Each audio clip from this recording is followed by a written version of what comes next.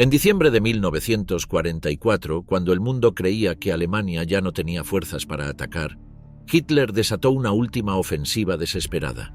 Su objetivo era audaz: atravesar las Ardenas, capturar el estratégico puerto de Amberes y partir en dos al frente aliado. Para lograrlo, confió en lo mejor de sus tropas, incluyendo a la temida primera SS Panzer Division Leibstandarte Adolf Hitler, una unidad de élite forjada en el frente oriental, equipada con tanques Tiger y dirigida por oficiales experimentados y fanáticos. Entre los líderes más destacados de esta división estaba Joachim Peiper, un joven oficial de las SS conocido por su agresividad y lealtad absoluta al régimen. Peiper comandaba un Kampfgruppe blindado que encabezó el avance alemán en la ofensiva de las Ardenas.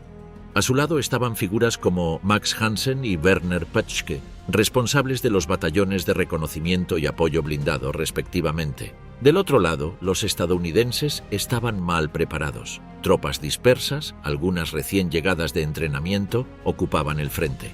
Sin embargo, la respuesta aliada no tardó. Bastogne fue cercada, pero la 101ª aerotransportada resistió con firmeza, y en apenas 48 horas, el tercer ejército de Patton maniobró hacia el norte para contraatacar.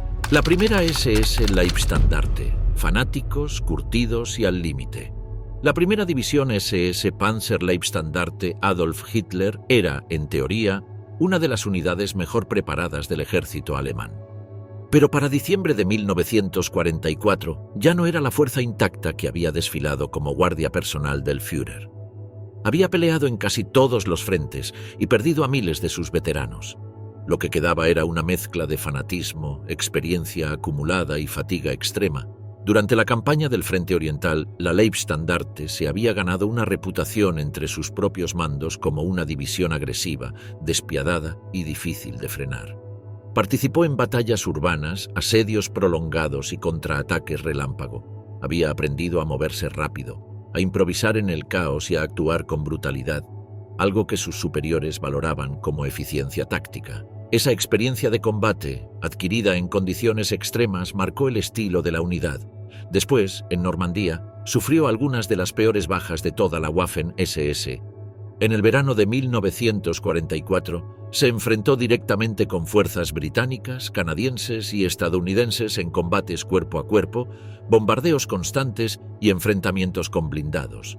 Durante semanas, luchó en pueblos destruidos, campos minados y carreteras bloqueadas. El resultado fue devastador. Perdieron gran parte de su fuerza original. Muchos de sus comandantes más experimentados murieron o quedaron fuera de combate. La unidad fue obligada a replegarse. Ya no eran los mismos. Cuando Hitler anunció la operación Wacht am Rhein, la Leibstandarte fue elegida como una de las divisiones clave para abrir el frente occidental. La misión era romper las líneas estadounidenses en las Ardenas, avanzar hasta el río Mosa y tomar el control de cruces estratégicos. Para esa tarea, el mando alemán activó el Kampfgruppe Peiper, una columna blindada bajo las órdenes de Joachim Peiper, uno de los oficiales más jóvenes y ambiciosos de la SS. Peiper era conocido por su carácter violento, su capacidad para actuar sin vacilar y su lealtad directa a Himmler. Había servido como ayudante personal del Reichsführer SS, pero prefería el frente. Durante las campañas anteriores había demostrado que podía avanzar con rapidez, tomar decisiones bajo presión y ejecutar órdenes sin cuestionarlas. Esa forma de operar lo volvió ideal, según el alto mando, para liderar el empuje inicial de la Leibstandarte hacia el oeste. Sin embargo, la unidad que Peiper recibió no era la misma Leibstandarte que en 1941. Estaba formada por una combinación de veteranos agotados, reclutas jóvenes sin experiencia y restos reorganizados tras la campaña de Francia. Muchos vehículos eran nuevos, pero las tripulaciones no lo eran. Algunos tanques Tiger II apenas habían sido probados en combate. La mayoría de las tripulaciones se enfrentaban por primera vez al clima invernal, al terreno montañoso y a las condiciones impredecibles del frente occidental. La moral de la unidad estaba marcada por una mezcla de orgullo y resignación. Algunos seguían creyendo en una posible victoria, confiando en que el ataque sorpresa abriría una brecha en el frente aliado. Otros sabían que la situación era crítica Faltaban suministros, el combustible era escaso y las rutas eran inciertas. Pero la orden era avanzar, romper el frente y llegar al Mosa. No había margen para dudas. El propio Sepp Dietrich, comandante del 6º Ejército Panzer, estaba al mando del grupo al que pertenecía la Leibstandarte. Aunque en público mostraba confianza, en privado sabía que su cuerpo de ejército no estaba al nivel de los estándares anteriores. La presión era alta y las expectativas de Hitler eran imposibles. El plan exigía velocidad, coordinación y sorpresa, pero Dietrich y sus oficiales sabían que avanzar en invierno por carreteras secundarias, con un ejército debilitado y bajo bombardeo constante, sería mucho más difícil de lo que prometían los mapas del OKW. La noche previa al inicio de la ofensiva, el ambiente en la Leibstandarte era tenso. Se revisaron mapas, se asignaron rutas, se distribuyeron municiones y se organizaron los convoyes. Peiper preparó su columna con precisión. Sabía que el éxito del avance inicial dependía de no detenerse. Cualquier retraso permitiría a los estadounidenses reagruparse. Para mantener la presión, ordenó llevar suministros adicionales en los propios tanques y en vehículos capturados. Los conductores recibieron instrucciones de no detenerse por nada. A las primeras horas del 16 de diciembre la ofensiva comenzó. La artillería alemana abrió fuego en distintos puntos del frente. En el sector de la Leibstandarte, la niebla ocultaba los movimientos iniciales. Las columnas se pusieron en marcha por rutas forestales, evitando los caminos principales. El terreno estaba congelado y muchas unidades avanzaban con dificultad. Los informes iniciales indicaban que el enemigo estaba sorprendido, pero que la resistencia aumentaba rápido. En esos primeros días, Peiper avanzó con rapidez, tomando pueblos, superando obstáculos y eliminando focos de resistencia. Pero también se topó con problemas logísticos. El combustible que debía reabastecer su columna no llegaba a tiempo. Algunos caminos eran intransitables para los vehículos más pesados. Las emboscadas estadounidenses comenzaron a frenar su ritmo. Aún así, la orden seguía siendo avanzar. El contraste entre la imagen de fuerza de la Leibstandarte y su situación real se volvió evidente. Aunque seguían siendo una unidad temida, su margen de maniobra era limitado. Cada kilómetro ganado exigía un desgaste brutal. Las tripulaciones dormían poco, comían mal y operaban bajo temperaturas extremas. El clima empeoraba y los enfrentamientos se intensificaban. Algunos oficiales reportaron que las bajas eran elevadas. Las radios empezaban a fallar por el frío, los suministros llegaban tarde o eran interceptados. La falta de combustible forzó a abandonar vehículos que luego fueron recuperados por el enemigo. Peiper intentó reorganizar sus líneas, pero ya no avanzaban con la misma soltura. El impulso inicial comenzaba a diluirse. Los mandos sabían que no podían retroceder. La presión desde Berlín era constante. La propaganda del régimen hablaba de una ofensiva decisiva, de una última oportunidad. Pero sobre el terreno, la realidad era distinta. La primera SS seguía peleando con ferocidad, pero estaba al límite de sus capacidades. La unidad que alguna vez había sido símbolo de poder absoluto ahora dependía de maniobras improvisadas, recursos escasos y decisiones desesperadas. Sus líderes aún hablaban de victoria, pero muchos soldados solo pensaban en sobrevivir un día más. Para los estadounidenses, el nombre Leibstandarte seguía representando una amenaza, pero lo que enfrentaban en las Ardenas era una sombra de lo que esa unidad había sido en el pasado. Con cada pueblo tomado y cada tanque perdido, la imagen de invulnerabilidad de la primera SS comenzaba a resquebrajarse. El clima, la resistencia enemiga y la escasez de recursos aceleró su desgaste. La división avanzaba, sí, pero a un costo altísimo.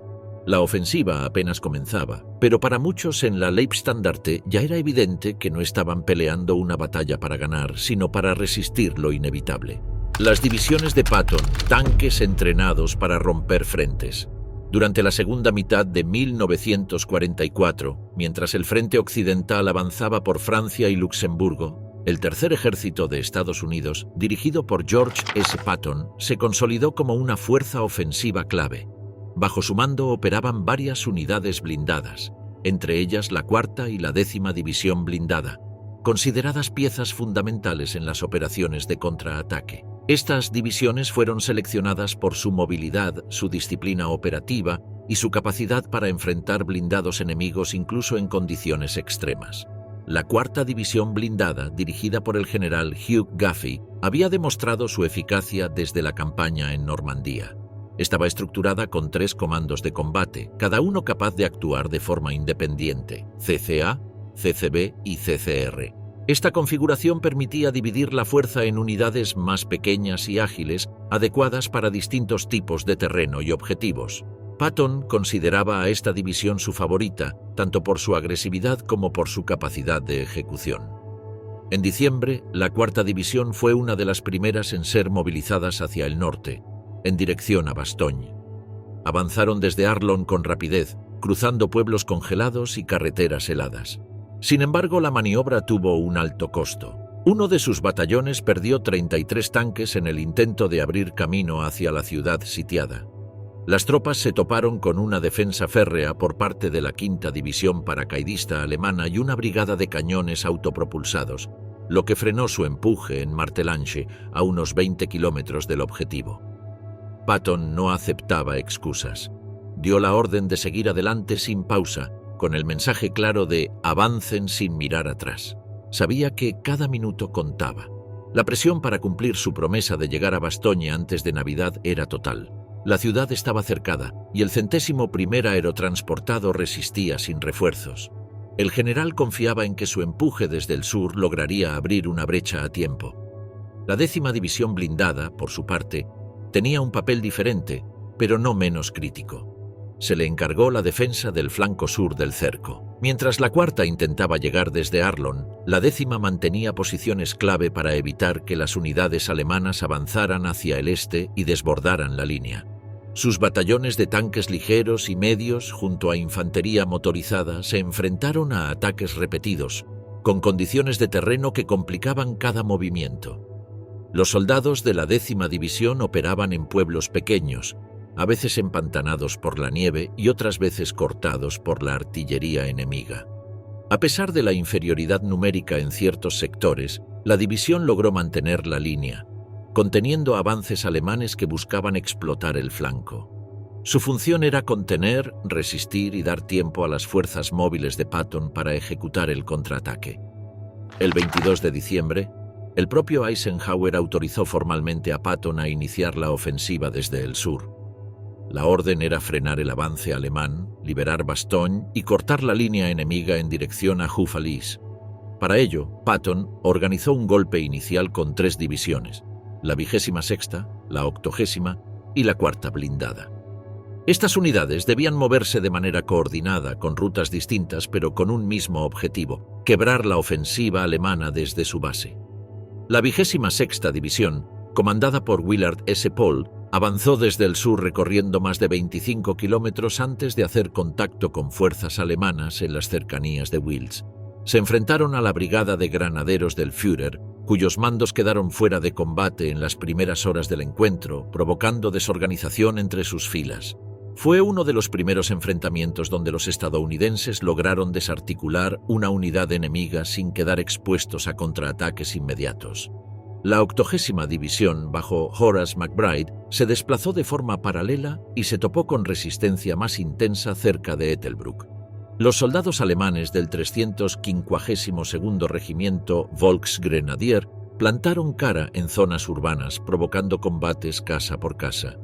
A pesar de los obstáculos, los hombres de McBride lograron consolidar sus posiciones. Mientras tanto, la 10ª División Blindada seguía defendiendo la zona este de la línea. En el flanco derecho, la 5ª División de Infantería llegó desde Echternach para reforzar la ofensiva. Aunque parte de su fuerza aún estaba desplegada al este, un regimiento fue asignado para coordinar con el 10º de Infantería.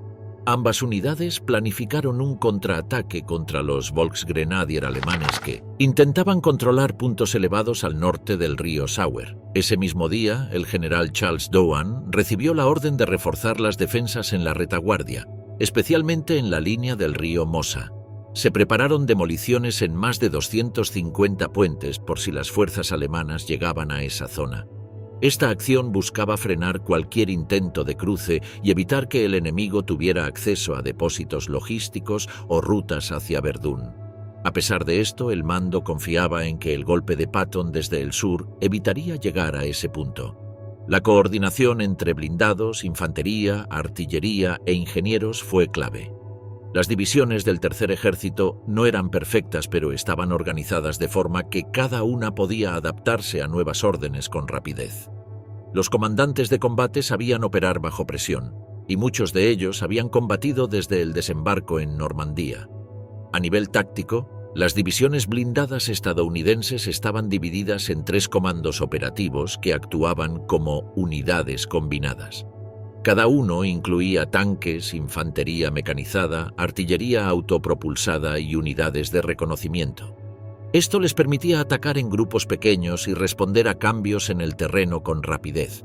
A diferencia de los alemanes, que dependían de rutas y concentraciones masivas de vehículos, los estadounidenses podían dividir sus fuerzas para flanquear, defender o cortar rutas con mayor eficacia.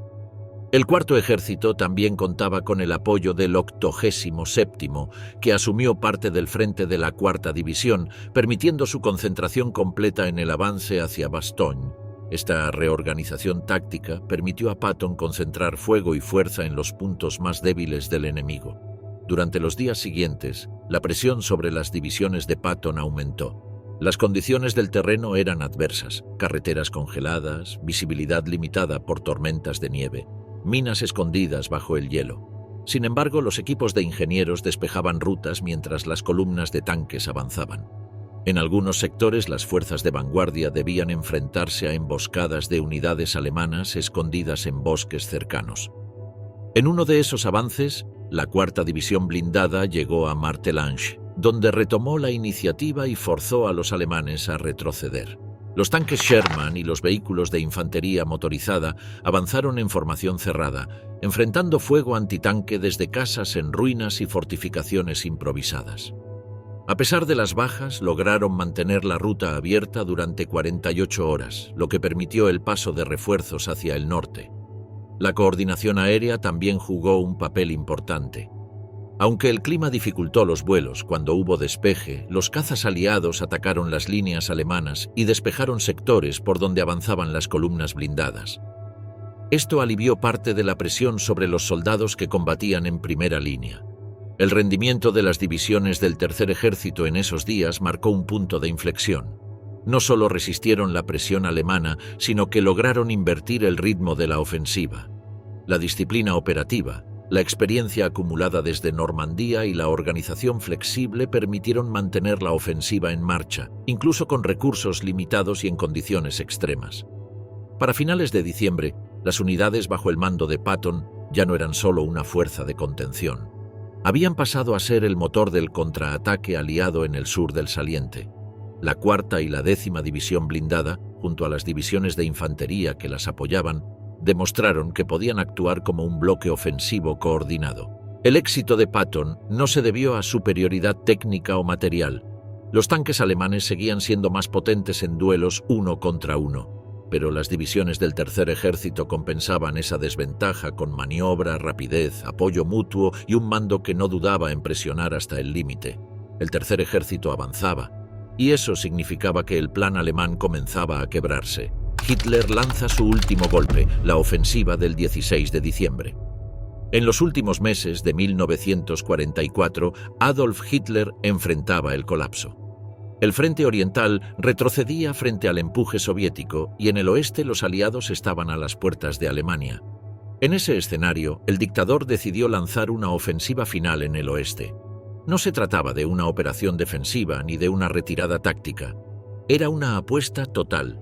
La idea era golpear por sorpresa a las fuerzas aliadas en Bélgica y Luxemburgo, dividir sus líneas y forzar un giro estratégico en la guerra. El plan recibió el nombre en clave de Wacht am Rhein. El objetivo era claro: lanzar un ataque a gran escala a través de las Ardenas, avanzar hacia el río Mosa y capturar el puerto de Amberes. Tomar ese punto supondría cortar en dos el frente aliado y romper su sistema logístico. Para Hitler, eso podía cambiar el curso de la guerra. La orden partió directamente del Führer. Desde su cuartel general en Prusia Oriental, supervisó personalmente cada fase del diseño.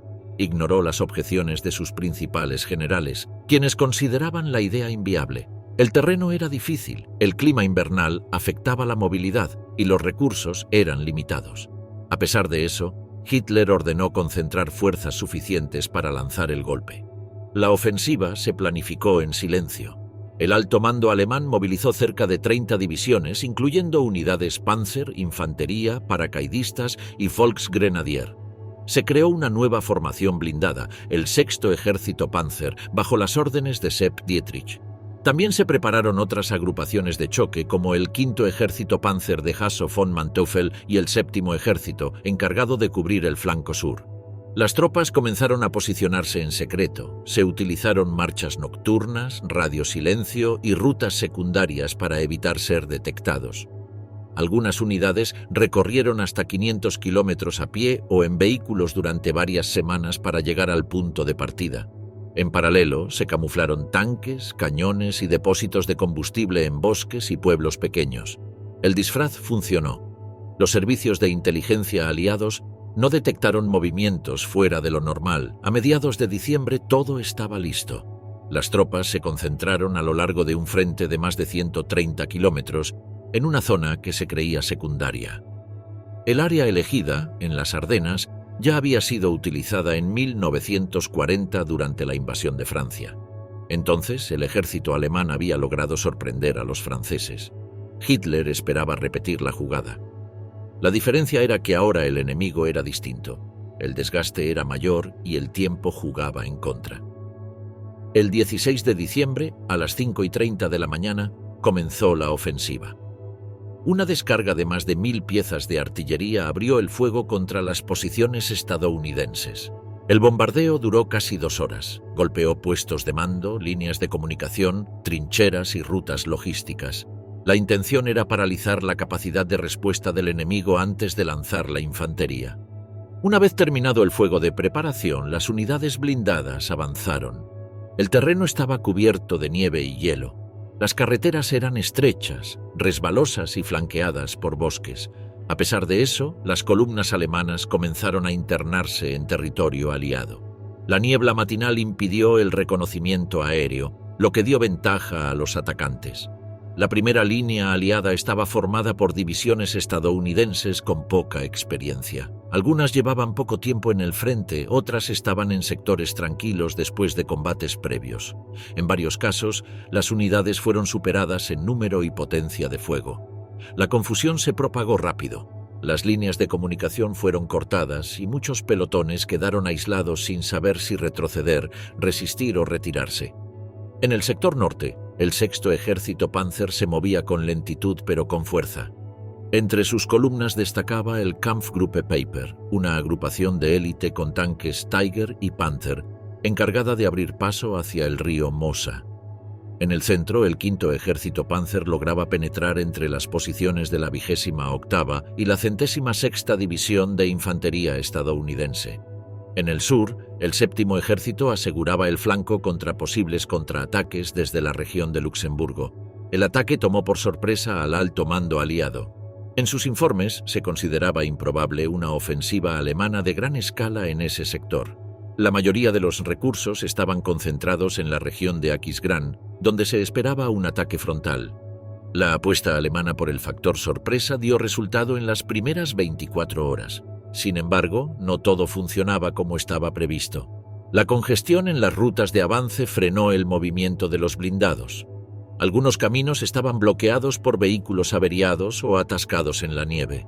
Los ingenieros trabajaban sin descanso para despejar el paso, pero la lentitud en la logística comenzaba a notarse. Las columnas más avanzadas se alejaban de sus suministros. El clima era otro obstáculo. Las temperaturas estaban por debajo de 0, los motores se congelaban, las armas fallaban y los soldados sufrían congelaciones. Las noches eran largas y los desplazamientos lentos.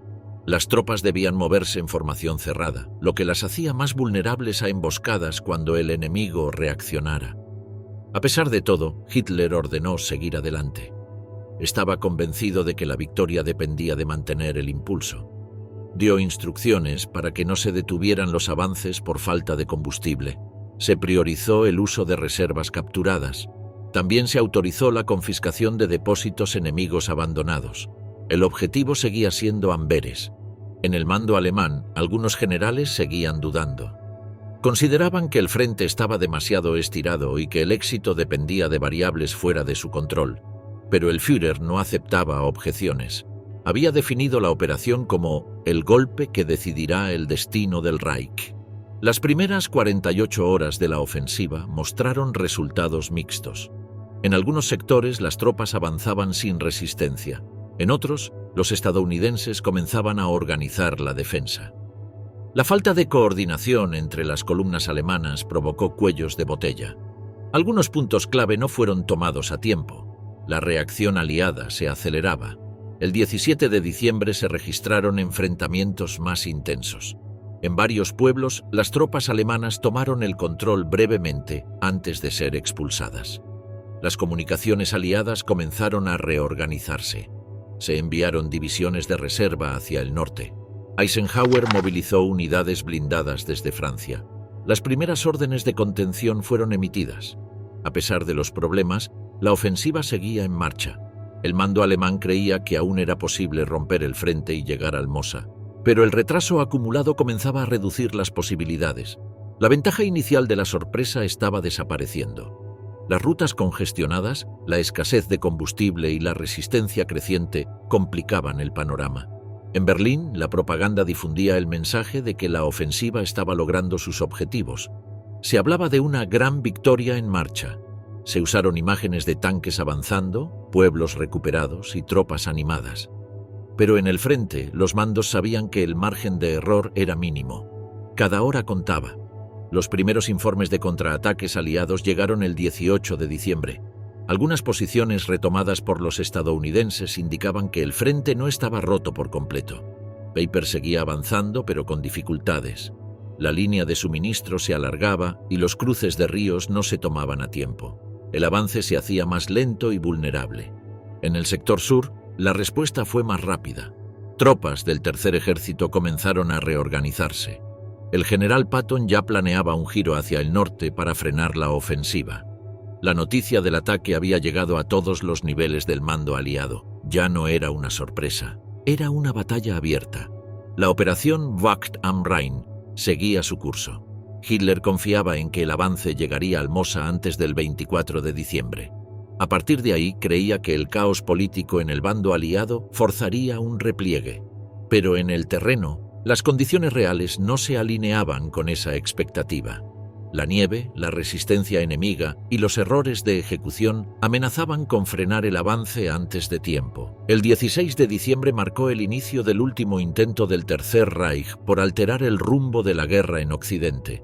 Fue un ataque calculado, arriesgado y basado en la esperanza de un colapso aliado.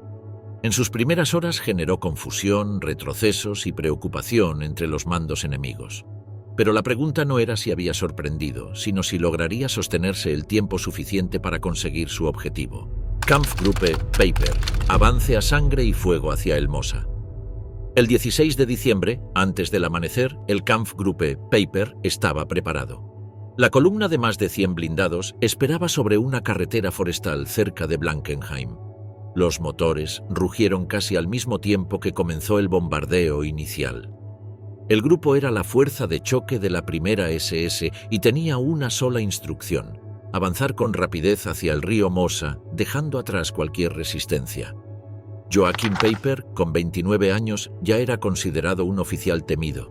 Había combatido en Rusia, donde su grupo había quemado aldeas enteras. Era devoto del nazismo, despreciaba a los mandos sin experiencia de campo y exigía una entrega total a sus hombres. En las Ardenas se le asignó el papel central: romper la línea aliada y crear el caos. Su ruta era la Rollbahn-D, una carretera secundaria que pasaba por Honsfeld, Bühlingen, Stavelot y Trois-Ponts. El primer día, su unidad atravesó el paso de los Heim sin resistencia significativa.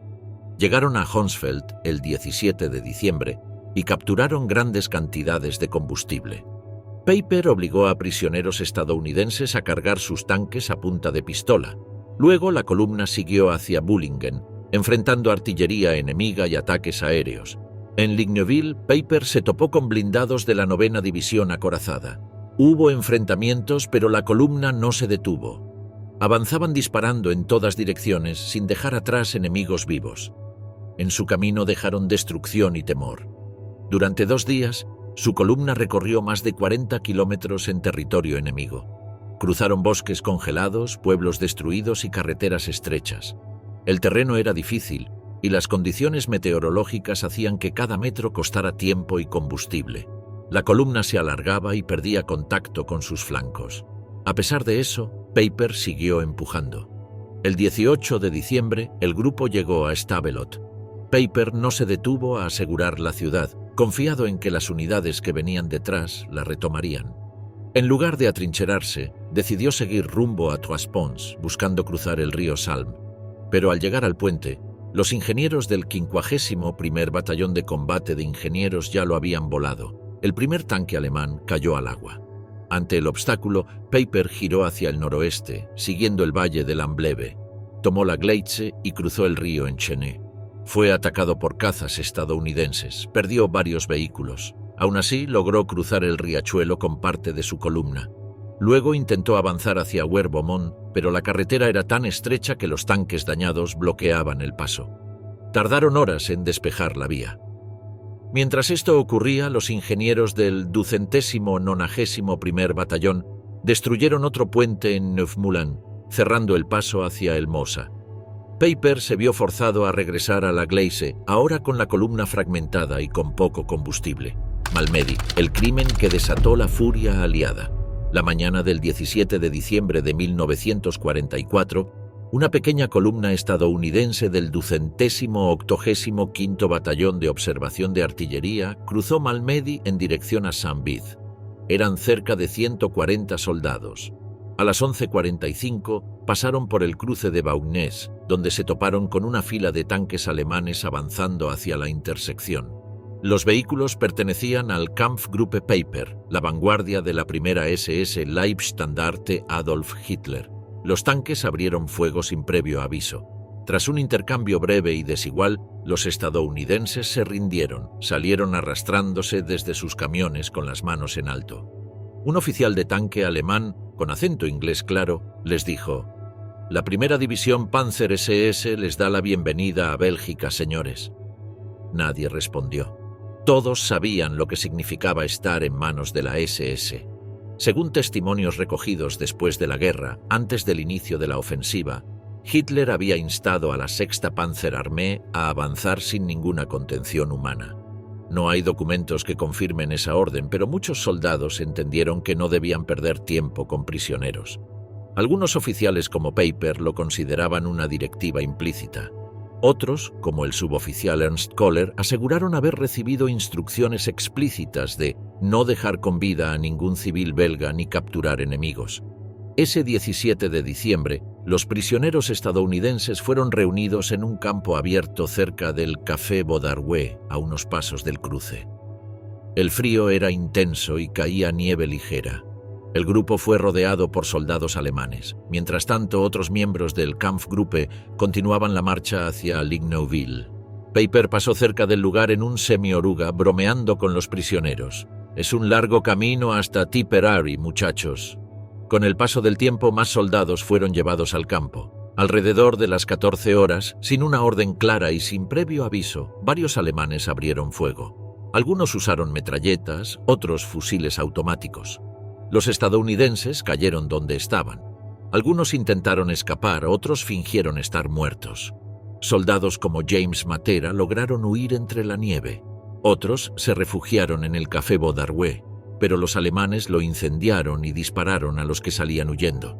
Entre las 15:30 y la medianoche, solo 17 sobrevivientes lograron llegar a las líneas americanas. Algunos estaban heridos, otros casi congelados. Uno se escondió horas bajo el agua helada de un arroyo para no ser descubierto. Se calcula que más de 80 soldados fueron ejecutados en el campo de Baugnes. Otros murieron en el tiroteo inicial. Para muchos sobrevivientes, la imagen de sus compañeros cayendo sin posibilidad de defensa quedó grabada para siempre. Uno de ellos solo acertó a decir: «No teníamos oportunidad». La noticia llegó al cuartel general del primer ejército estadounidense esa misma tarde, a las 16:30. Al día siguiente, fue transmitida al cuartel de Eisenhower. En pocas horas se decidió hacer público el incidente. El impacto emocional fue inmediato. Para el anochecer del lunes 18, la mayoría de los soldados aliados en el frente sabían lo ocurrido. La reacción no se hizo esperar. En el valle del Ambleve, mientras Peiper enfrentaba una derrota inminente, recibió informes de una confusión en su retaguardia. El comandante Gustav Knittel le explicó en alemán: «Han eliminado a un buen número en el cruce». Era la primera vez que Peiper escuchaba del suceso que marcaría su reputación para siempre. El efecto en las tropas estadounidenses fue claro. El 21 de diciembre, un regimiento de la 26ª División emitió una orden interna: «No se tomará prisioneros a soldados de las SS ni paracaidistas, serán abatidos al instante». Aunque esa directiva fue retirada posteriormente, varios testimonios sugieren que los soldados estadounidenses comenzaron a disparar a prisioneros alemanes sin dudar. El 1 de enero, miembros de la 11ª División Blindada, aún sin experiencia, ejecutaron a 21 alemanes capturados cerca de Chenogne. Estos hechos no se difundieron oficialmente, pero demuestran cómo el asesinato en Malmedy endureció la actitud de los aliados. La brutalidad alemana provocó represalias. El incidente en Malmedy no fue el único. Se documentaron otras ejecuciones cometidas por tropas de la primera SS. 8 prisioneros fueron asesinados en Ligneville, 12 soldados estadounidenses y 3 civiles en la Bosse-Richard, varios más en Honsfeld y decenas de civiles en Stavelot. En los pueblos de Steyr, Parfondry y Renardmont, la tercera división acorazada halló los cuerpos de 117 civiles. Algunos murieron por fuego de artillería aliada, pero muchos fueron eliminados por la SS. El juicio por la masacre se celebró en Dachau tras la guerra. Fueron acusados 74 hombres, incluidos Sepp Dietrich y Joachim Peiper. 43 recibieron pena de muerte, 22 cadenas perpetuas y otros penas menores. Sin embargo, muchos castigos fueron conmutados. El abogado estadounidense de la defensa argumentó que las confesiones se habían obtenido bajo presión. Además, se presentó evidencia de que Peiper no se encontraba en el lugar exacto cuando ocurrió el tiroteo. Peiper alegó que no aprobaba la ejecución de prisioneros, pero su reporte oficial de la operación describía el episodio como una aniquilación de una columna motorizada enemiga en Baunés. Su comandante, Wilhelm Mohnke, lo recomendó para una condecoración, usando esas mismas palabras. La forma en que se usó el término Vernichtung en ese informe sugiere que sabían exactamente lo que implicaba: eliminar combatientes rendidos. No hay pruebas de que Dietrich conociera el suceso en ese momento. Murió retirado en 1968. Peiper, por su parte, fue perseguido por su pasado. En 1976 fue asesinado en Francia cuando su casa fue incendiada por desconocidos. Había vivido oculto durante años, moviéndose entre países para evitar represalias. El crimen de Malmedy se convirtió en símbolo del desprecio de la SS por las leyes de la guerra. Aunque en términos numéricos fue una masacre menor comparada con otras atrocidades, su impacto moral fue inmenso. Para los estadounidenses, confirmó que enfrentaban no solo a un ejército enemigo, sino a una organización sin límites. Las ejecuciones de prisioneros, las represalias contra civiles y la brutalidad sistemática demostraban la influencia de los métodos del Frente Oriental. Muchos soldados de la primera SS venían de combates en Rusia, donde matar prisioneros era común. Trajeron ese mismo estilo a Bélgica. Durante los siguientes días, la historia del crimen se difundió por toda la línea del frente. Oficiales usaron el incidente para reforzar la determinación de las tropas. Los medios estadounidenses también informaron del suceso con amplitud. La indignación pública aumentó la presión para castigar a los culpables. El 23 de diciembre, fuerzas estadounidenses retomaron el control de la zona. Los cuerpos de los soldados asesinados seguían sobre la nieve. El lugar fue fotografiado y documentado. Las imágenes circularon entre los mandos aliados y fueron usadas como evidencia en los juicios posteriores. Peiper nunca fue absuelto. Aunque no estuvo presente directamente, su rol como comandante del Kampfgruppe lo hizo responsable. Los juicios de posguerra establecieron que la cadena de mando tenía responsabilidad por los crímenes cometidos por sus subordinados, incluso sin orden directa. La masacre de Malmedy fue un punto de inflexión. Desde ese momento las tropas aliadas vieron a la SS como una fuerza sin escrúpulos. Los soldados estadounidenses, en especial, dejaron de confiar en cualquier símbolo de rendición. Las reglas del combate cambiaron. En retrospectiva, ese crimen marcó la caída del mito de disciplina y honor militar que algunos aún atribuían a ciertas unidades alemanas. La primera SS había cruzado una línea, y aunque seguirían combatiendo, ya no podían ocultar la forma en que actuaban. Bastogne bajo asedio. El 101 aguanta lo imposible. El 17 de diciembre, mientras las columnas alemanas avanzaban por las Ardenas, la ciudad de Bastogne se convertía en objetivo estratégico.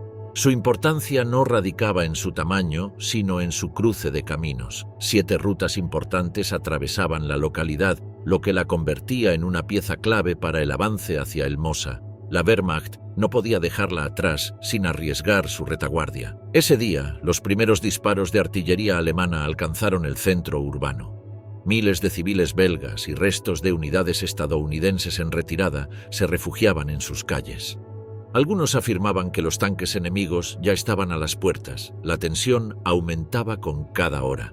Sin embargo, el general Troy Middleton, al mando del 8º Cuerpo, se mantuvo firme.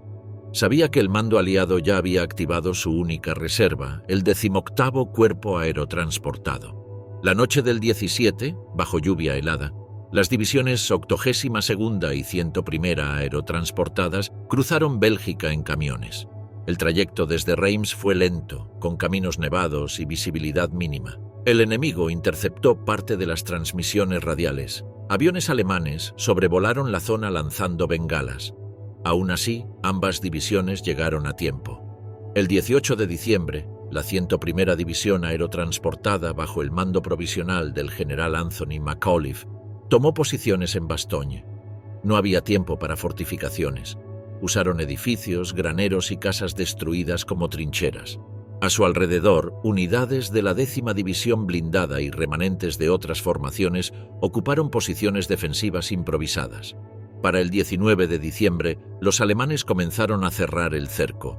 Las divisiones Panzerlehr, 2ª Panzer y 26ª Volksgrenadier envolvieron la ciudad desde 3 direcciones. Las tropas estadounidenses estaban rodeadas. La línea de suministro desde el sur fue interrumpida. La única vía abierta era aérea, pero el mal clima lo impedía. Ese mismo día, Eisenhower ordenó a Patton redirigir su tercer ejército hacia el norte para romper el cerco. Mientras tanto, el 101 debía resistir solo. Los paracaidistas no contaban con apoyo aéreo ni artillería pesada. Apenas tenían comida, munición limitada y pocos tanques. Aún así, se prepararon para resistir. El 20 de diciembre, la situación se agravó. Tropas alemanas atacaron los accesos este y noreste. El 51º y el 56º Regimiento de Infantería Paracaidista repelieron los intentos de ruptura. Al sur, el Kampfgruppe Kunkel capturó Sibret y se dirigió hacia Senonchamps.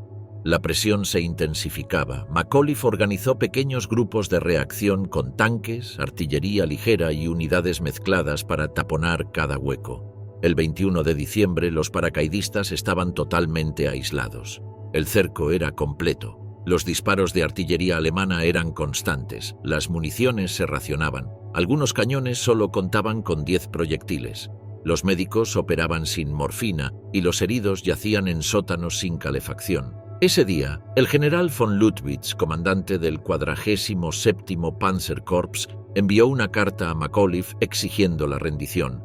El oficial estadounidense la leyó en su cuartel subterráneo. Su respuesta fue corta: Nutz. La palabra desconcertó a los mensajeros alemanes, quienes no entendieron su significado exacto.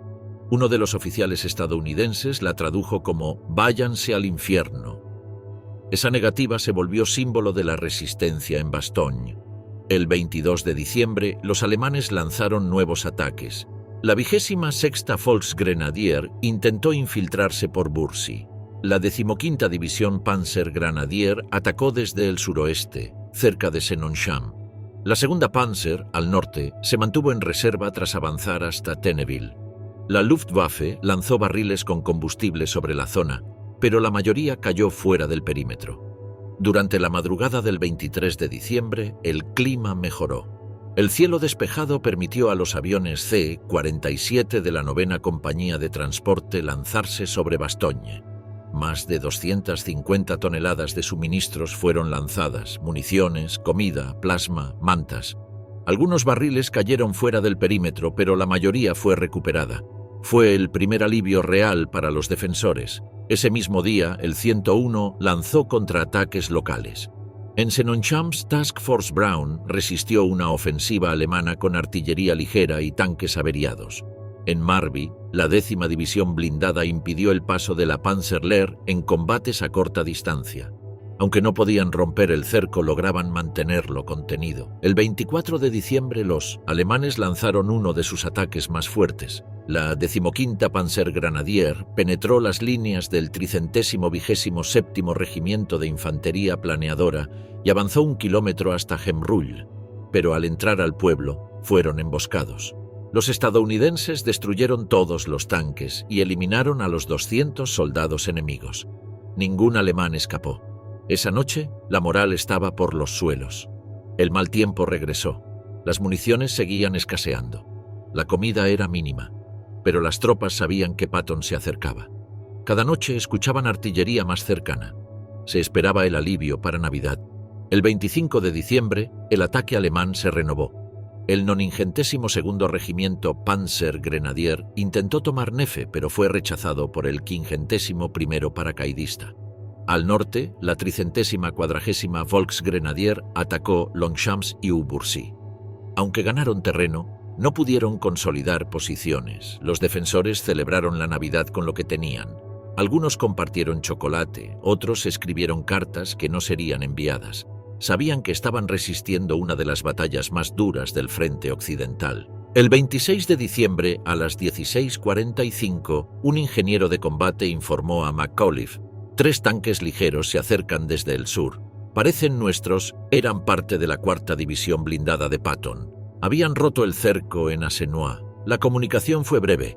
Estamos aquí. ¿Dónde están los alemanes? Bastogne no estaba liberada, pero ya no estaba aislada. El corredor abierto por la 4ª División aún era estrecho y vulnerable.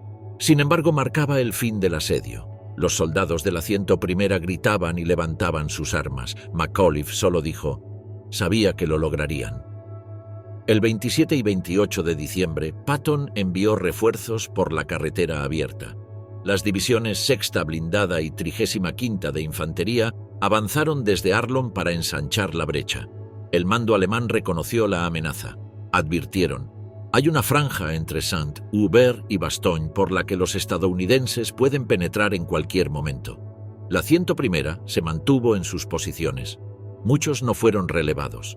Continuaron combatiendo hasta enero. El cerco había sido levantado, pero la ciudad seguía bajo fuego. Aún así, la línea ya no se rompería.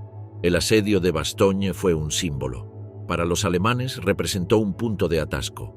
Para los aliados fue prueba de que aún podían resistir bajo condiciones imposibles. Y para la 101ª aerotransportada significó convertirse en leyenda. El giro de Patton. 48 horas para cambiar la guerra. El 19 de diciembre de 1944, en el cuartel general de Verdún, los principales comandantes aliados se reunieron tras recibir los primeros informes del avance alemán en las Ardenas. Eisenhower, Bradley y otros altos oficiales debatieron la magnitud del ataque. En esa sala, George S. Patton se adelantó a todos y ofreció mover su tercer ejército hacia el norte para romper el cerco de Bastogne. Prometió que en 48 horas estaría golpeando las líneas enemigas. Nadie creyó que pudiera hacerlo tan rápido. Patton ya había anticipado un posible movimiento alemán en esa zona. Había ordenado a sus jefes de Estado Mayor preparar 3 planes de giro. Cuando Eisenhower le preguntó cuánto tiempo necesitaba para moverse, Patton respondió: 48 horas. El general Bedell Smith dudó, pero Patton ya había dado las órdenes. Su ejército, compuesto por más de 250.000 hombres, se preparó para girar 90 grados sobre su eje y lanzarse hacia un nuevo frente. Esa noche, el 20 de diciembre, la 4ª División Blindada, la 26ª División de Infantería y la 80ª División de Infantería comenzaron a moverse. Las unidades se reagruparon en zonas de paso al sur de Bastogne. Los caminos estaban cubiertos de nieve, las temperaturas bajo cero y el tráfico colapsado por columnas de soldados en retirada. A pesar de eso, los ingenieros abrieron rutas alternas y desviaron convoyes para liberar las vías principales. Patton no solo movió tropas, coordinó también artillería, hospitales de campaña, unidades de abastecimiento y comunicaciones. Ordenó despejar cada carretera con máquinas quitanieves y vigiló personalmente los informes meteorológicos. No dejó nada al azar. Mientras sus hombres se desplazaban, él revisaba los mapas con el detalle de un cirujano. El 21 de diciembre, los primeros elementos del Tercer Ejército alcanzaron la zona sur del cerco. La 26ª División de Infantería llegó a Neufchâteau. La 4ª División blindada se concentró en Arlon. Las tropas estaban agotadas, pero listas para avanzar. Patton habló con sus comandantes y les recordó el objetivo: abrir un corredor hacia Bastogne, sin importar el costo. Ese mismo día, el general Manteuffel, al frente del 5º Ejército Panzer alemán, recibió informes del movimiento aliado. Reconoció que un giro tan rápido era improbable, pero no imposible. Ordenó reforzar los accesos a Bastogne desde el sur, aunque muchas de sus unidades ya estaban comprometidas en combates al norte. El 22 de diciembre, la ofensiva comenzó. La 4ª División blindada se lanzó desde Arlon hacia Martelange, un pueblo sobre el río Sur. Al principio, el avance fue fluido. Pero en Martelange, los ingenieros alemanes habían volado el puente principal. Los estadounidenses tardaron horas en instalar un cruce improvisado. Mientras tanto, la artillería enemiga castigó la zona sin pausa. Ese mismo día, la 80ª División de Infantería tomó contacto con unidades enemigas al norte de Ettelbruck. Combates casa por casa ralentizaron el avance. La 26ª División, por su parte, enfrentó una resistencia inesperada en Neufchâteau, donde una unidad de Volksgrenadier mantenía posiciones. Aún así, las 3 divisiones seguían empujando. El 23 de diciembre, el clima mejoró por primera vez en días. Aviones de reconocimiento confirmaron que Bastogne seguía cercada, pero que las tropas del 101º Aerotransportado resistían. La información se transmitió al Tercer Ejército. Patton ordenó acelerar el paso. La 4ª División blindada retomó el avance tras construir un nuevo puente sobre el Sur.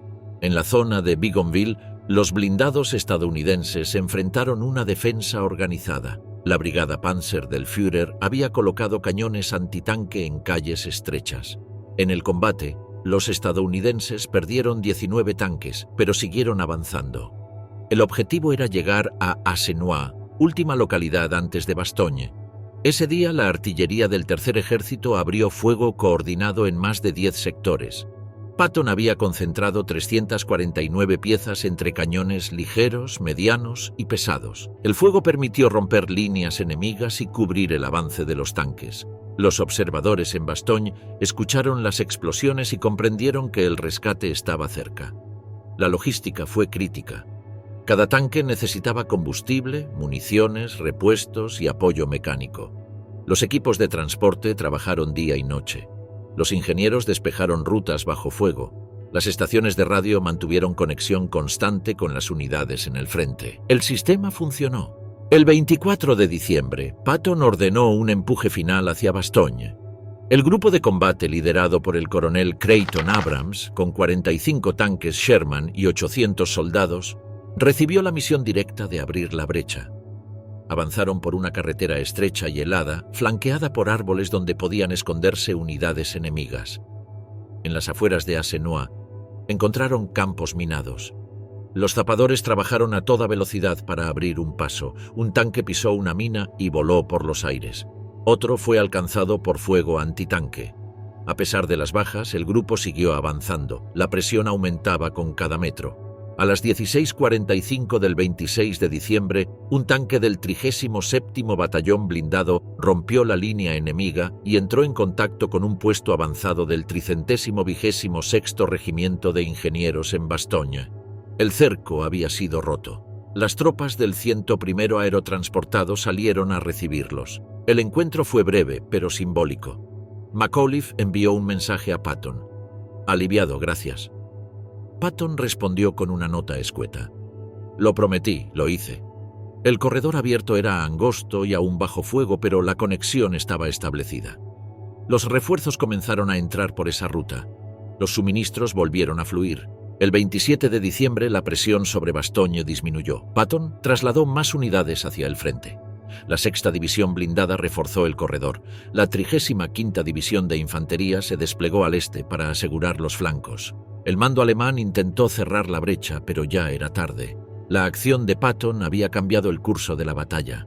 En solo 2 días, giró un ejército completo y rompió un cerco que los alemanes habían planeado durante semanas. El impacto fue estratégico y moral. Las tropas del 101 no solo resistieron, habían ganado tiempo para que el tercer ejército llegara. El éxito no fue solo mérito de la velocidad. Fue una combinación de preparación previa, logística eficiente, liderazgo directo y coordinación entre unidades. Cada división sabía lo que debía hacer. Cada comandante entendía el objetivo. Patton había impuesto su estilo al conjunto del ejército. El frente occidental cambió a partir de esa maniobra. Los alemanes, que aún intentaban avanzar hacia el Mosa, se vieron forzados a replegar unidades para contener a Patton. Perdieron la iniciativa. El empuje desde el sur transformó la ofensiva en defensa. Bastogne se convirtió en el punto de quiebre. El 28 de diciembre, el alto mando alemán reconoció que el avance hacia Amberes era insostenible. Las rutas al norte de Bastogne estaban bloqueadas. El combustible escaseaba. Las columnas, como la de Paper, ya habían sido detenidas. El plan de Hitler se desmoronaba. En las semanas siguientes, Patton continuó empujando hacia el noreste, liberó pueblos ocupados, recuperó cruces vitales y enlazó su ofensiva con las del primer y tercer ejército aliados. La coordinación aumentó y el frente comenzó a estabilizarse. La operación de giro del tercer ejército fue estudiada después como un modelo de reacción operativa bajo presión. En medio del invierno, sin ventaja numérica clara, con recursos limitados, Patton logró convertir una emergencia en una contraofensiva exitosa. El resultado fue más que táctico. La moral aliada se recuperó. La imagen de invulnerabilidad alemana se resquebrajó. Y en Bastogne, donde la resistencia había alcanzado el límite, los soldados supieron que no estaban solos. Combates entre hielo y acero, emboscadas, tanques y barro. A medida que avanzaba la ofensiva alemana en las Ardenas, quedó claro que el terreno, el clima y los vehículos jugarían un papel tan importante como las tropas. El invierno de 1944 fue uno de los más duros de la guerra. Las temperaturas bajaban por debajo de los 10 grados bajo cero. El suelo estaba congelado, pero con lluvias intermitentes que convertían los caminos en lodo y bloqueaban el paso de los tanques. En esa región, las colinas, los bosques espesos y las estrechas rutas rurales definían la manera de luchar. Cada curva en el camino podía esconder una emboscada. La movilidad de las columnas motorizadas era limitada. La infantería avanzaba a pie entre árboles helados, cruzando barrancos y campos nevados. El terreno favorecía al defensor y complicaba los ataques rápidos. Los tanques estadounidenses, principalmente los M4 Sherman, eran veloces y confiables, pero ligeros. Su blindaje podía ser atravesado por cualquier arma antitanque alemana. Tenían un cañón de baja velocidad que apenas podía perforar el frontal de un Panther o un Tiger. Su apodo entre los alemanes era Ronson, como los encendedores, porque explotaban con facilidad cuando eran alcanzados. Aún así, los Sherman eran numerosos. Cada división acorazada estadounidense tenía alrededor de 186 de ellos, y las divisiones de infantería contaban con un batallón adicional de tanques. También había tanques ligeros M5 Stuart, usados más como vehículos de reconocimiento ya que su cañón de 37 milímetros era ineficaz contra blindaje enemigo. Los alemanes usaban principalmente 3 modelos: el Panzer IV, el Panther y el Tiger. El Panzer IV era el más común, con un buen cañón de 75 milímetros, pero con blindaje relativamente débil. El Panzer era el preferido para los combates en las Ardenas, rápido, bien protegido y con un cañón capaz de destruir cualquier Sherman desde larga distancia. Los Tiger 1 y 2 eran temidos, con un arma de 88 milímetros y blindaje impenetrable desde el frente, pero eran lentos, pesados y requerían grandes cantidades de combustible. Uno de los principales obstáculos para ambos bandos fue el estado de las carreteras. Muchas eran caminos de tierra o grava, intransitables después de las lluvias o la nieve. Los vehículos pesados quedaban atascados con facilidad. Se reportaron tanques alemanes de 50 y hasta 70 toneladas completamente varados en el barro. Algunos fueron abandonados sin haber disparado una sola vez. La falta de movilidad obligó a modificar las tácticas. Las emboscadas se volvieron frecuentes. Las columnas de tanques avanzaban en fila india por caminos angostos, sin espacio para desplegarse lateralmente. Esto permitía a pequeños grupos de soldados esconder armas antitanque en curvas o entradas de pueblos. Los estadounidenses colocaban minas, árboles caídos y barreras improvisadas para frenar a los blindados enemigos. Las batallas por las encrucijadas se volvieron fundamentales. Tomar o mantener un cruce significaba controlar el paso de suministros, tanques y refuerzos.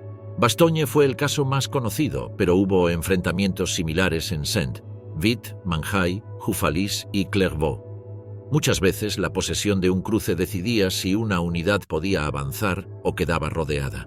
En el norte, la segunda división blindada estadounidense tomó los pueblos de Daucham y Marcoureuil tras intensos combates contra la 560ª División Volksgrenadier. Al mismo tiempo, la tercera división blindada y la 83ª de Infantería avanzaron hacia Regnier. En todos estos lugares, los tanques se movían con dificultad. Las pendientes y las curvas cerradas limitaban su velocidad a menos de 10 km por hora. Un vehículo averiado bastaba para detener toda una columna. La artillería también tuvo problemas. Las baterías dependían de la visibilidad para ajustar el fuego. Pero la niebla era tan densa que en algunos sectores no se veía más allá de 300 metros. Los observadores no podían ubicar con precisión sus blancos. En otros casos, las piezas debían ser retiradas por temor a quedar aisladas si el enemigo rompía el frente. Los días 22 y 23 de diciembre, las condiciones empeoraron. Lluvia, nieve y niebla impedían los vuelos de reconocimiento. Las rutas se cubrieron de barro espeso. El día 24, durante la ofensiva final hacia Bastogne, los tanques de la 4ª División blindada tardaron 6 horas en recorrer apenas 5 kilómetros. Cada puente debía ser evaluado. Algunos no resistían el peso de un tanque. Los ingenieros improvisaban con troncos, vigas o partes de otros vehículos. La infantería, por su parte, avanzaba lentamente. Las botas mojadas causaban congelación. Muchos soldados perdieron dedos o pies. Las bajas por pie de trinchera superaron en algunos días a las causadas por el enemigo. En muchas unidades, los médicos apenas podían atender a los heridos. No había morfina suficiente. El suelo congelado impedía excavar trincheras profundas. Algunos usaban las casas destruidas como refugio, compartiendo el espacio con civiles, animales y cadáveres. En enero, con el contraataque aliado en marcha, los combates siguieron bajo condiciones extremas. La 2ª División blindada intentó avanzar desde el norte. El terreno nevado y las minas frenaron su progreso. En muchos pueblos, como Flamierge y Récrival, los combates se libraron casa por casa, con lanzallamas, granadas y disparos a corta distancia. Los tanques apenas podían entrar en las calles estrechas. Los alemanes también enfrentaban serios problemas. Sus Panzer y Tiger eran superiores en armamento, pero sus motores se sobrecalentaban y se atascaban con facilidad. Cada modelo tenía un alto consumo de combustible. Con los depósitos vacíos, muchos tanques fueron abandonados. Algunos tripulantes los destruyeron con explosivos para evitar que cayeran en manos enemigas. Otros fueron capturados intactos. El terreno irregular obligaba a los blindados alemanes a avanzar en columnas estrechas, sin espacio para maniobrar. Sepp Dietrich, jefe del 6º Ejército Panzer, lo resumió así: «Solo 4 o 5 tanques pueden pelear al mismo tiempo. No hay lugar para desplegarse. Un ataque blindado masivo es imposible aquí». La escasez de piezas de repuesto empeoró la situación. Los alemanes usaban vehículos capturados, incluidos modelos franceses e italianos, para los que no había repuestos. Los mecánicos improvisaban reparaciones con piezas incompatibles. En muchas zonas, los tanques fueron usados como artillería estática, colocados en altozanos para cubrir caminos, porque ya no podían moverse. Los estadounidenses, aunque tenían ventaja logística, también sufrieron. El barro afectaba tanto a camiones como a blindados. Los vehículos GMC de 2,5 toneladas eran confiables, pero se hundían fácilmente en las rutas sin pavimentar. En ocasiones, un batallón completo quedaba detenido por horas esperando que un solo vehículo fuera remolcado. En medio de todo, las emboscadas eran constantes. En el bosque de Grand Bois, cerca de Spineux, los paracaidistas del 551º Batallón fueron sorprendidos por la 62ª Volksgrenadier. Casi todos murieron. En otro sector, la 17ª División Aerotransportada tomó Recrival, pero fue atacada por artillería alemana antes de consolidar su posición. Los sobrevivientes describieron cómo la nieve se teñía de rojo en minutos. El 6 de enero, el 18º Cuerpo Aerotransportado atacó bajo una ventisca intensa. Los hombres apenas se veían entre ellos. El fuego enemigo venía desde árboles cubiertos de hielo. La artillería estadounidense no podía apoyar por falta de visibilidad. El avance se medía en metros. En algunos casos tomaba 2 días capturar un solo pueblo. En la zona de Tillet, la 87ª División de Infantería enfrentó a la brigada de escolta del Führer. La resistencia fue feroz. Cada casa estaba defendida como un búnker. Los estadounidenses perdieron más de 100 hombres en una sola jornada. Sin embargo, lograron alcanzar la carretera hacia Marche. Al este de Bastogne, la 6ª División Blindada resistió ataques en Nef y Wardin. La artillería alemana golpeaba con fuerza. Los tanques estadounidenses, cubiertos con cal para camuflaje invernal, repelían ataques nocturnos entre árboles congelados. Dormían con los pies envueltos en periódicos, comían raciones heladas, algunos usaban dinamita para romper el suelo y enterrar a los muertos. El barro, la niebla y los bosques determinaron el ritmo de la batalla. La victoria no dependía solo de tanques o armas, sino de resistencia física, logística constante y adaptación al entorno. La batalla de las Ardenas fue, más que nada, una guerra de desgaste bajo las peores condiciones. La primera SS se queda sin combustible, atasco, retroceso y derrota.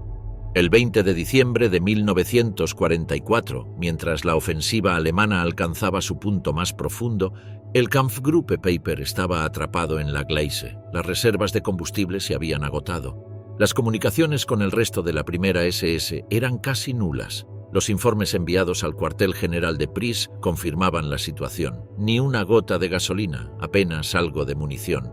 Esa jornada, el comandante de la primera SS, Hermann Pries, admitió que el grupo de Peiper ya no podía avanzar ni defenderse de forma efectiva. Los intentos de lanzar combustible desde el aire fracasaron. La Luftwaffe no pudo cumplir sus misiones debido al clima. Los bidones caían fuera del perímetro o eran capturados por los estadounidenses. El 21, la situación no mejoró. La segunda SS Panzer Division informó que sus unidades no podían salir de la zona de concentración por falta de combustible. Los informes hablaban de tanques parados, artillería inmóvil y batallones enteros esperando sin posibilidad de entrar en combate.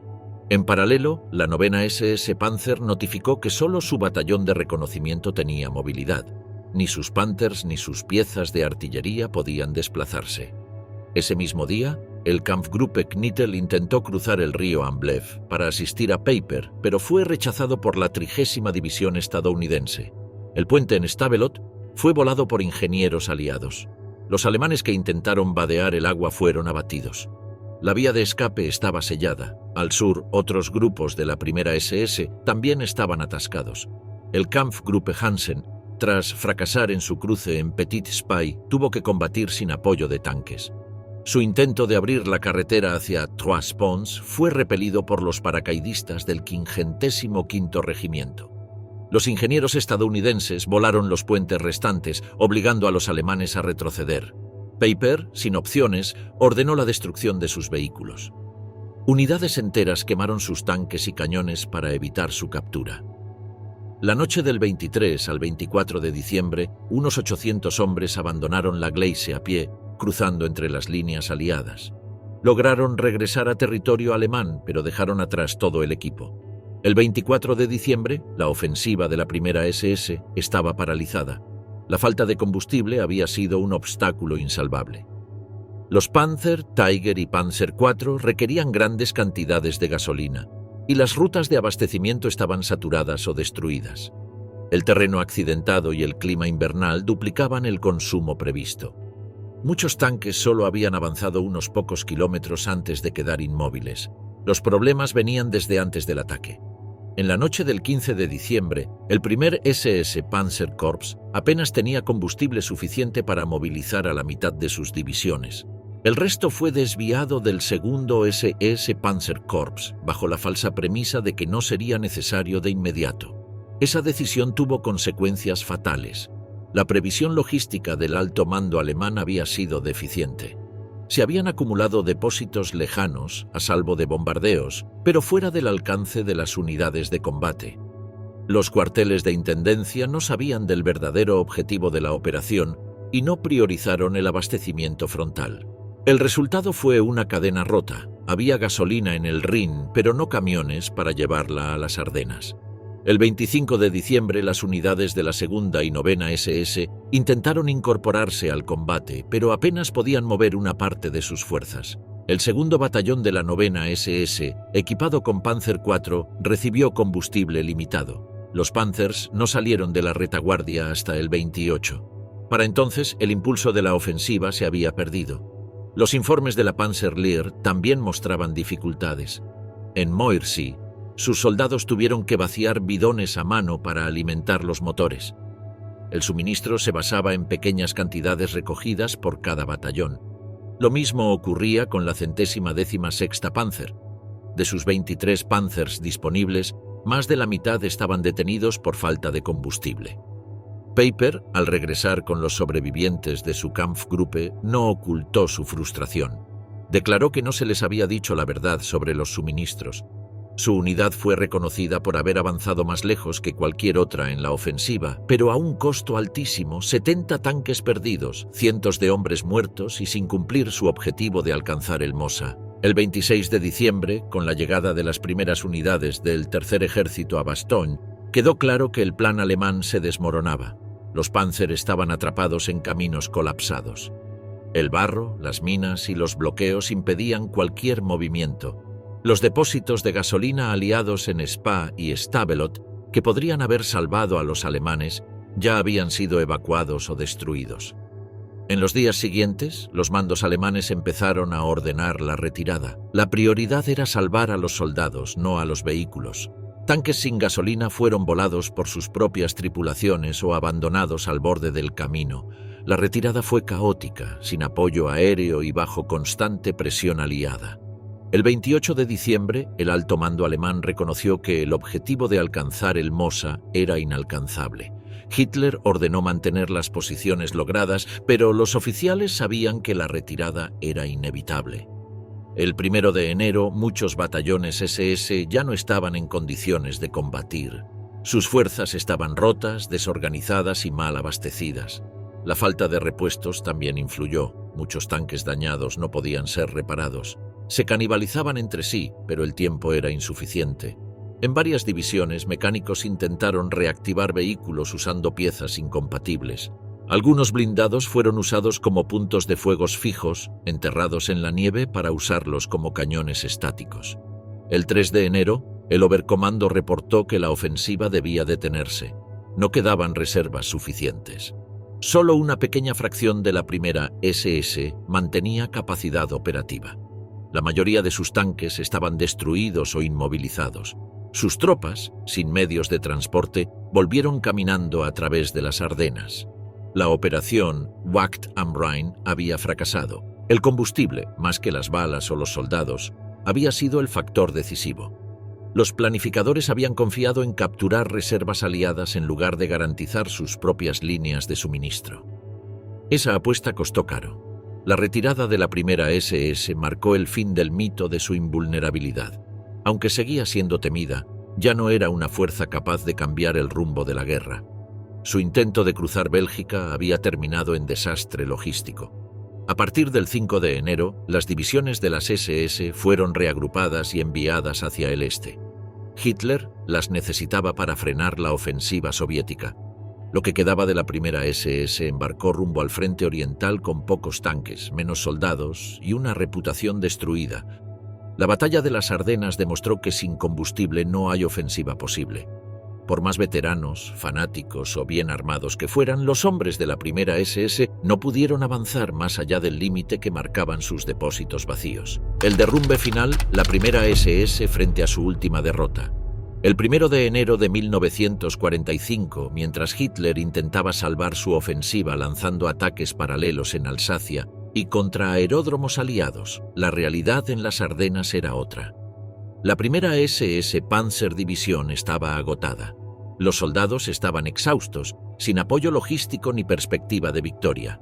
Su retirada del frente de Bastogne ya había comenzado en silencio. El 3 de enero, los estadounidenses retomaron la ofensiva en todo el saliente. La 6ª División Blindada avanzó hacia Wardin, mientras la 35ª División de Infantería presionaba desde l'Outremanche. En la retaguardia alemana, la primera SS recibió órdenes de concentrarse en la zona de Saint-Vith. Era el reconocimiento implícito de que su papel ofensivo había terminado. El 6 de enero, Hitler autorizó por primera vez la retirada parcial del saliente. La orden incluía al 6º Ejército Panzer, que debía retroceder hacia el Westwall. El plan era conservar lo que quedaba de sus unidades para el frente oriental, donde la ofensiva soviética ya se preparaba. La primera SS sería una de las primeras en salir. Esa misma noche, unidades de la primera SS combatieron en Lutrebois contra la 35ª División estadounidense. Fue una de sus últimas acciones ofensivas en la región. Luego se replegaron por el norte, cruzando caminos congelados bajo ataques de artillería. El terreno estaba minado. El 9 de enero, mientras las tropas estadounidenses recuperaban Harlange, el alto mando alemán ordenó que los restos de la primera SS se reagruparan cerca de Saint-Vith para su traslado. Allí, bajo vigilancia aérea constante, esperaron su turno para embarcar rumbo al este. La orden había sido clara: abandonar el frente occidental y dirigirse a Hungría. Ese mismo día, Patton lanzó un contraataque desde Bastogne. 8 divisiones aliadas avanzaron al norte. El frío era extremo. Las tropas alemanas en retirada quemaban documentos. Las carreteras estaban saturadas por columnas mezcladas de infantería, artillería y restos de divisiones blindadas. El 11 de enero, el 90º Regimiento de Infantería estadounidense cerró una bolsa cerca de Oberwampach. Dentro quedaban restos de la 5ª División paracaidista alemana. La primera SS intentó abrir una vía de escape. No lo logró. La división paracaidista fue prácticamente aniquilada. Pequeños grupos lograron escapar a pie. Fue uno de los últimos intentos de la primera SS por cumplir una misión de combate en el oeste. El 12 de enero, con el inicio de la ofensiva soviética en el Vístula, Hitler dio prioridad total al frente oriental. Ordenó mover todas las unidades posibles hacia Hungría, incluyendo a la primera SS, la segunda SS y la 12ª SS. El proceso sería lento y difícil. El 13 de enero, mientras los estadounidenses consolidaban Houffalize, las columnas alemanas intentaban salir por las rutas que aún no habían sido bombardeadas. El 15, Hitler abandonó su cuartel en el oeste y se dirigió a Berlín. La ofensiva en las Ardenas había fracasado y su atención ya estaba en la defensa de la capital. El 16 de enero, tropas del primer y tercer ejército estadounidense se encontraron en Houffalize. El cerco se cerró completamente. Las unidades alemanas restantes intentaban escapar por caminos secundarios. La artillería aliada caía sobre cualquier columna motorizada. El cielo, despejado, permitió ataques aéreos masivos. Las rutas quedaron bloqueadas. La primera SS, en ese momento, ya había dejado el frente. Sus últimos elementos fueron embarcados entre el 17 y el 21 de enero hacia Austria y Hungría. El viaje fue lento. En muchos casos, los trenes debieron detenerse por daños en las vías o ataques aéreos. Algunos vagones no llegaron. Hubo que reorganizar las unidades en destino. Mientras tanto, los oficiales de otras divisiones alemanas expresaron su descontento. Muchos vieron la retirada de la SS como una traición. Mientras la infantería regular aguantaba el avance aliado, las divisiones de élite se retiraban. El mando alemán trató de calmar los ánimos diciendo que volverían reforzadas. Nadie lo creyó. A finales de enero el balance era catastrófico. De los más de 2.500 vehículos blindados alemanes en el frente occidental a mediados de diciembre, solo quedaban 800. En el caso de la primera SS, su regimiento blindado apenas conservaba una decena de vehículos operativos. El 25 de enero, la ofensiva aliada había borrado completamente el saliente. La línea del frente volvía a su posición original. Las tropas estadounidenses avanzaban en Luxemburgo y recuperaban pueblos como Clairvaux, Meerscheid y Hochscheid. El 26, la 6ª División Blindada volvió a ocupar. Weiswampak y el 90º Regimiento tomó Grindhausen. Ese mismo día, en el este, comenzaba la ofensiva soviética en Prusia Oriental. Hitler ya no mencionaba las Ardenas. La retirada hacia el West Wall había sido completada. Sin embargo, muchas unidades no lograron cruzar. Los bombardeos aliados destruyeron cientos de vehículos y depósitos logísticos durante la retirada. El 30 de enero, los informes de OB West señalaban que solo 813 vehículos acorazados estaban en condiciones de combate en todo el frente occidental. La primera SS, que había comenzado la ofensiva como punta de lanza, ahora apenas figuraba en los partes operativos. Había sido eliminada como fuerza ofensiva en Occidente. Las pérdidas humanas también fueron extremas. La división perdió más de 2.000 hombres entre muertos, heridos y desaparecidos. Algunos quedaron atrapados en bolsas, otros fueron tomados prisioneros en las últimas escaramuzas. En varias aldeas belgas se encontraron restos de columnas de la SS completamente destruidas. La reputación de la primera SS quedó en entredicho. Aunque sus soldados combatieron con dureza, el fracaso de su misión, los crímenes cometidos y la retirada bajo presión demostraron que su fama de invencibilidad era infundada. Ya no era una división temida. Era solo una más entre las unidades desgastadas del Reich. El traslado hacia Hungría no fue un descanso. En febrero, la primera SS fue lanzada a la Operación Südwind para frenar el avance soviético sobre el Danubio. Sus hombres, aún sin recuperarse de las Ardenas, entraron en combate otra vez. Muchos no volverían. La ofensiva de las Ardenas había terminado. Para la primera SS fue el comienzo del final. Su prestigio militar quedó destruido. Su capacidad de combate, diezmada, y su historia, marcada para siempre por la derrota, la retirada y la masacre de Malmedy.